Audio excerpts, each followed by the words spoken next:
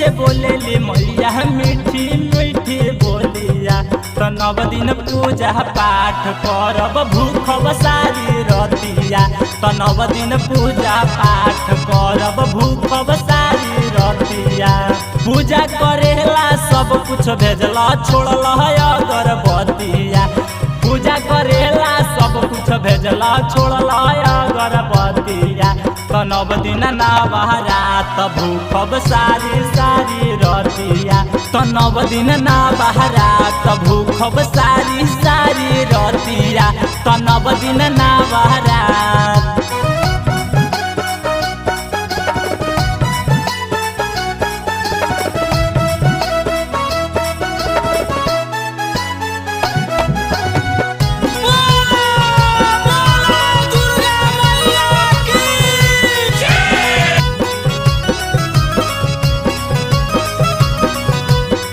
कुम्हारा के घर से राजा कलशा ले आई हो। मालिन के फूल से राजा गजरा गुथई हो।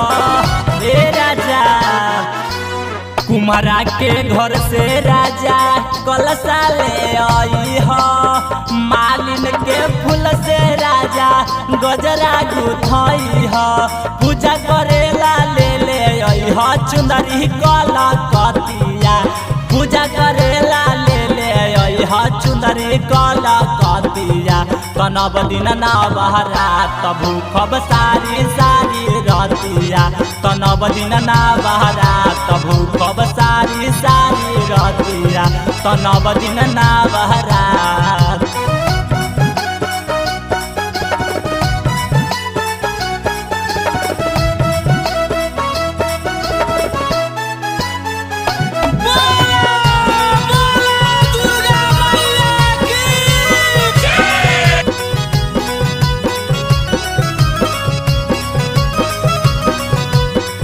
गर्मी के दिन माई भेट नहीं होई थीन। 7वीं से 10वीं ला माई पूजई थीन। गर्मी के दिन माई भेट नहीं होई थीन।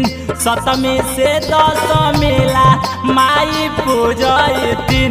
मुन्ना गिराऊ में से जल्दी धर के आब गड़िया।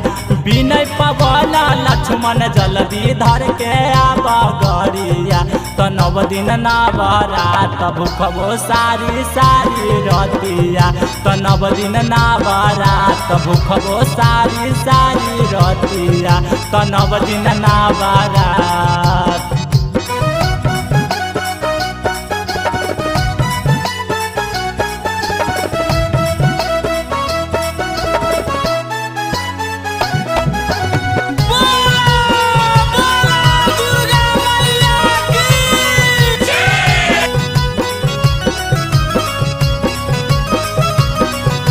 माटी के मूर्ति से बोलेली मैया मीठी मीठी बोलिया।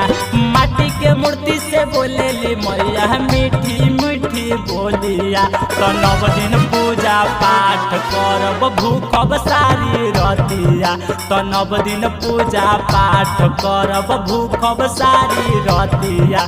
तो 9 दिन नवरात भूखबो सारी सारी रतिया। पूजा करेला सब कुछ भेजलो छोड़लो अगरबत्तिया। पूजा करेला सब कुछ भेजलो छोड़लो अगरबत्तिया। तो 9 दिन नवरात भूखबो सारी सारी रतिया।